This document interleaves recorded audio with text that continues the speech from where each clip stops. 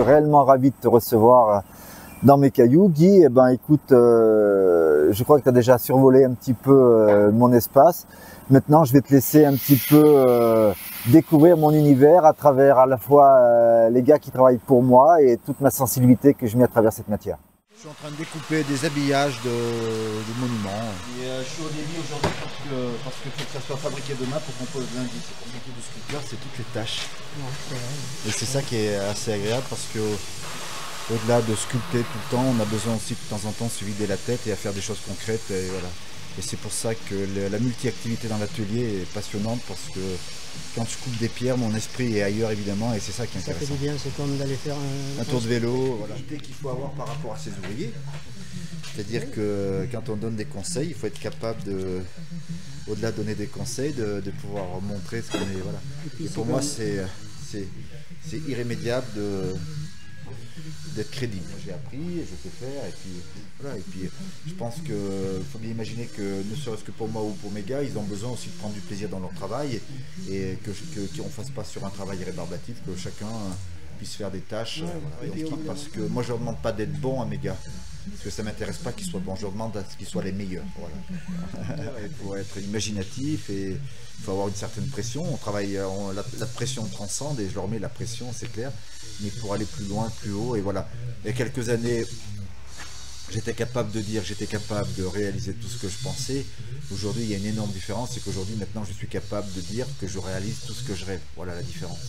Donc, je n'ai plus de limite après de conception et de fabrication, grâce à ce savoir-faire et grâce à une équipe aussi derrière. Au-delà de faire tourner une entreprise, la notion première de notre entreprise, c'est de faire plaisir aux gens. On leur apporte à la fois de l'émotion, on leur apporte de l'esthétisme, on leur apporte du plaisir. Bah, c'est ce que j'ai pensé en premier quand j'ai pensé à faire cette sculpture.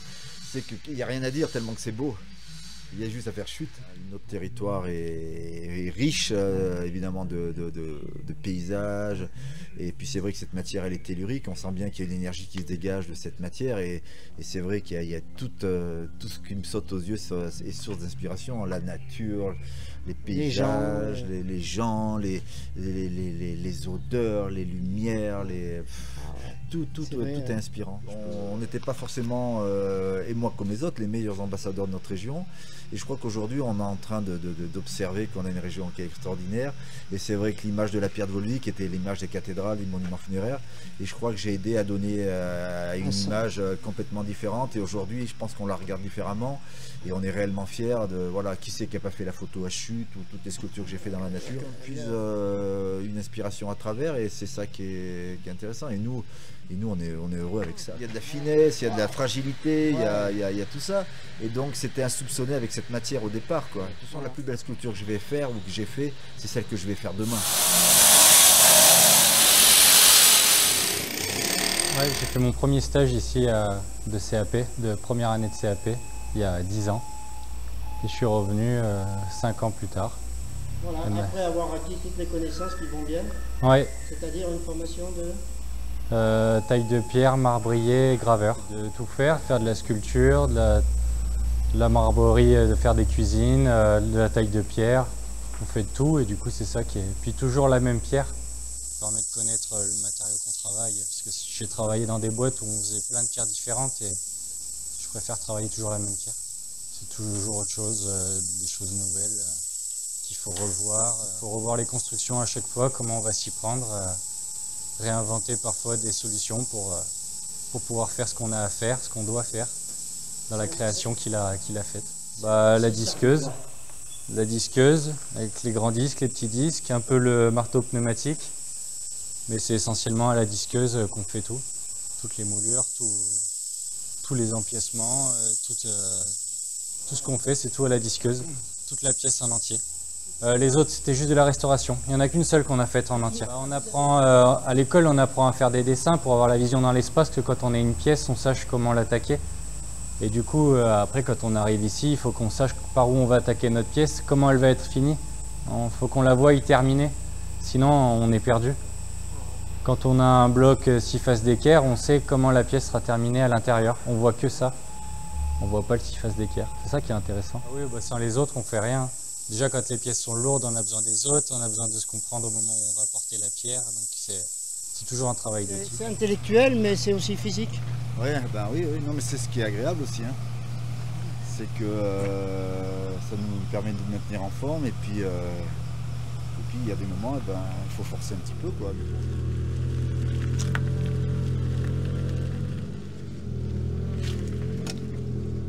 C'est une bonne nouvelle, ça.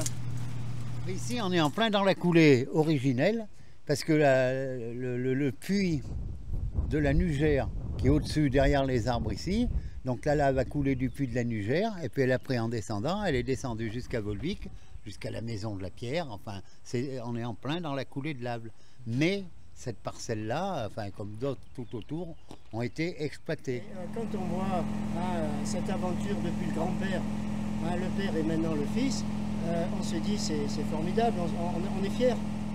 Oui, ben, on est fiers, c'est-à-dire que c'est une fierté si on veut. De toute façon, dans la vie, il faut bien faire quelque chose. Et puis, quand on est manuel, de travailler manuellement, bon, ben, voilà le résultat. Oh, mais moi, je m'occupe surtout de la scie, de la manutention. 76 ans, il faut tomber... Ça va, ça maintient en forme la pierre. Oui, ben ça. Enfin, Ouais. le dos, tout ça, non, c'est pas trop. Pas le dos, mais c'est les rhumatismes. Ce n'est pas mon métier d'origine. Moi, j'étais plutôt dans la mécanique et le dessin industriel, mécanique. Mais bon, l'opportunité s'est présentée. Et voilà, donc j'ai dit, je prends la suite. Ben Thierry, dès l'âge de 10-12 ans, il venait déjà taper sur les cailloux, il savait faire la gravure. Ça lui plaisait, c'était inné, et donc voilà. Et complètement, c'est là qu'aujourd'hui, le 21e siècle, il faut être éco-responsable. Ben voilà, nous, la pierre, on l'utilise, elle a servi une fois, on la réutilise, et puis voilà. Voilà, elle a servi. Donc la démarche, et puis il faut bien imaginer que pour le moins. Recyclable. Et à l'ASM, il y a des statues, des sculptures, non t'as pas il n'y a pas l'ASM? Ah, qu'est-ce que j'ai fait récemment dans leur vestiaire en bas, j'aurais fait un pulse géant là avec le logo de la SM. Ouais, j'en fais bien quelques bricoles. Bah, il y a le Brennus qu'on est en train de sculpter là. Ça, okay, magnifique, là encore regardez. Ah ouais. Ouais. On s'en lasse pas. Ah ouais, ça c'est faute de l'avoir touché. Ah oui, c'était pas la bonne époque. C'était pas la bonne époque. Continué, on s'est modernisé, on a agrandi l'entreprise et voilà. Les œuvres toujours de plus en plus. Ça c'est Thierry, spéciales. voilà. C'est Thierry. Ça c'est Thierry qui fait de la création. Moi, quand j'ai commencé l'entreprise, enfin je me suis mis à mon compte en 1972, à Volvic, on était une cinquantaine d'artisans qui à travailler la pierre. Donc on n'est plus que deux. Au départ, tous les anciens qui travaillaient la pierre, ils faisaient surtout les pierres pour du bâtiment, des angles, quand le bâtiment marchait, et puis des caveaux, des monuments funéraires. Et puis voilà, ils n'ont pas su évoluer. Nous, on dit que c'est la plus dure des pierres tendres et la plus tendre des pierres dures. Donc elle se situe au milieu entre les granites et le calcaire. Mais elle se travaille, elle se coupe bien, elle a un avantage, elle est inaltérable, elle résiste voilà, aux acides à n'importe quelle température, puisqu'elle est émaillée au four à 1000 degrés, à plus de 1000 degrés, et puis elle n'est pas gelée. Il y a un autre problème, c'est qu'on est à Volvic, et à Volvic, il y a l'eau, et donc on a des problèmes d'exploitation de carrières. Les carrières, ça va être terminé, il n'y aura plus droit d'exploiter les carrières. Donc plus de matières premières. Là, il y a encore peut-être pour 5-6 ans d'autorisation d'exploiter, mais après... Ici c'est un musée. Je ne sais pas si on peut appeler ça un musée, mais en tout cas ici sont exposées quelques-unes des maquettes de mes sculptures monumentales. Donc elles sont toutes à l'échelle, un 5e, un 6e, un 7e. Donc voilà, évidemment pour moi ça évoque évidemment plein de souvenirs, et puis ça évoque justement les concepts que j'ai mis au point à un certain moment, et puis de temps en temps je fais rentrer quelques clients ou quelques visiteurs pour montrer un petit peu l'élaboration de tout ça.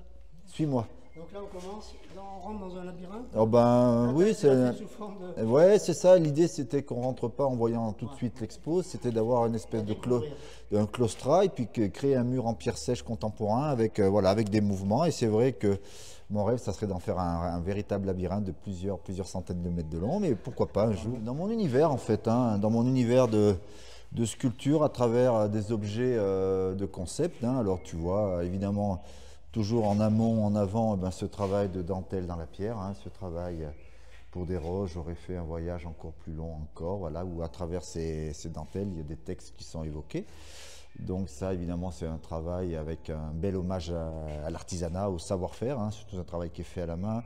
C'est vrai que le travail de torsion. Et ensuite, après, on se dirige sur des concepts de sculpture où j'ai travaillé avec le mouvement, voilà, où on a évidemment le mouvement. Voilà, donc j'ai fait des pièces qui font plusieurs dizaines de mètres de haut, hein, plusieurs mètres de haut. Pas dizaines, mais on a fait une pièce qui fait 8 mètres, une de 10 mètres, voilà. Dans cet esprit de mouvement. Il y a des calculs mathématiques hein, pour les équilibres et pour les calculs de sécurité. Donc là, on est face à justement la maquette du bibendum Michelin, où justement, voilà, et c'est un bibendum qui passe à travers sa page d'histoire. Donc tu verras, regarde, quand tu regardes le bibendum en faisant ce mouvement, il y a un effet d'optique où il se remplit vite de lumière. Donc c'est toujours intéressant de travailler aussi, au-delà de travailler l'esthétique, on travaille toujours sur une cinétique de découverte. Voilà, et le pragmatique bibendum qui a retenu l'enseignement du destin tragique de ses confrères, où je racontais qu'en 100 ans, on l'avait fabriqué dans tous les matériaux et que 100 ans après, pour le rendre contemporain, on le refaisait en pierre. Après, je ne veux pas me considérer comme un poète, mais parfois il y a des mots qu'on a envie d'écrire, voilà, des choses. Et puis c'est quand même, ça reste assez énigmatique, il n'y a que moi qui arrive à relire, mais bon, c'est vrai que c'est toujours intéressant de pouvoir faire passer des messages à travers la pierre. Hein. Et une fois que c'est gravé, évidemment, c'est gravé pour l'éternité. Des maquettes, voilà, là tu as la maquette d'une sculpture qui est sur la commune de Channes-à-la-Bouteille, une sculpture monumentale hein, qui fait 4 mètres par 4 mètres. Là, c'est simplement la maquette, hein, elle est pure. Donc voilà, donc il faut bien imaginer qu'ici, il y a une trentaine d'années de travail. Hein.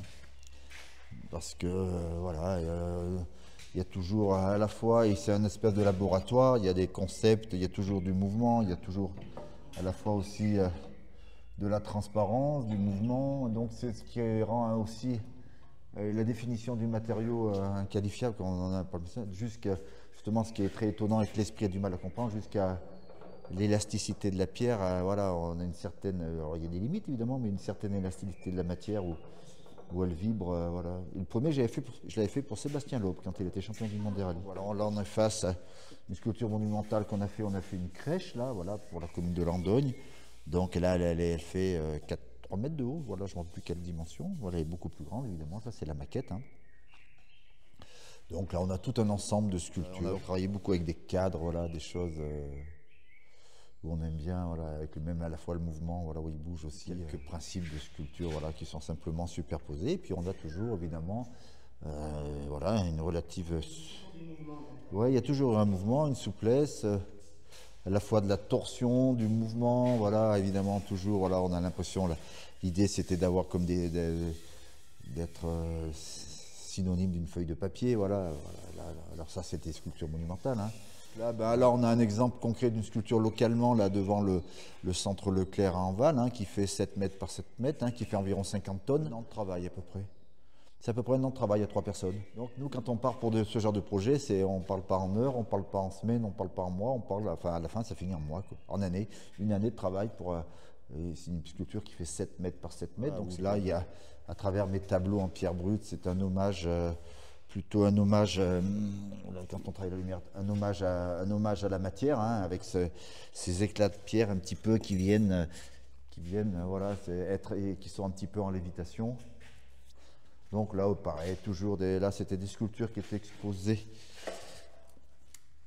Ça, c'est une sculpture qui est exposée à Paris, au Palais Royal, voilà, où j'avais évoqué à la fois Colette et Cocteau, avec un texte de Colette, où ces deux personnages marchaient souvent dans le jardin du Palais Royal, donc je les avais évoqués de cette façon.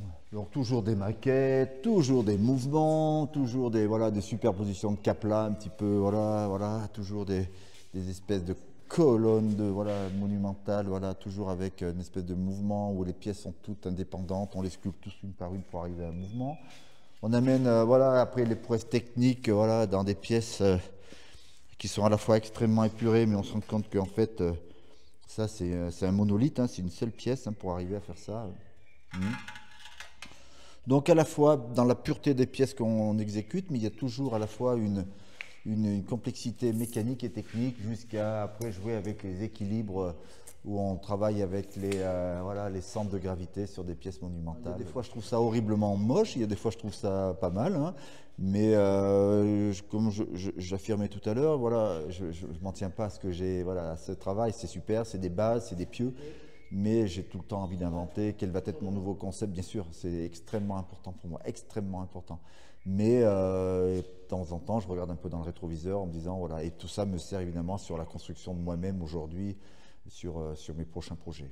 J'ai une connaissance parfaite de ce matériau qui fait que c'est pour ça qu'aujourd'hui j'arrive à contourner les contraintes. Oui, au vélo, je n'étais pas si mauvais que ça et j'aurais pu, ouais, à un moment, mais il a fallu choisir à un moment, choisir soit de faire mon métier à fond, soit de choisir le vélo à fond aussi évidemment, mais j'ai pas de regrets hein, parce qu'aujourd'hui j'ai la chance d'avoir des dizaines et des dizaines de copains cyclistes qui s'arrêtent et de clients aujourd'hui.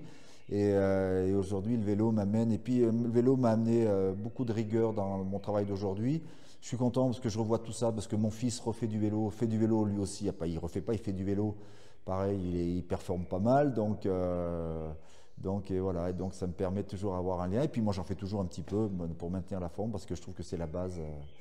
Mais bien sûr qu'il y a de nouvelles idées qui arrivent et puis mes clients me le demandent aussi. Hein. Il y a au-delà de prendre du plaisir, moi j'ai aussi des contraintes avec mes clients et bien sûr qu'il y a de nouvelles idées parce que moi j'ai l'impression d'être au début de cette histoire, tout au début.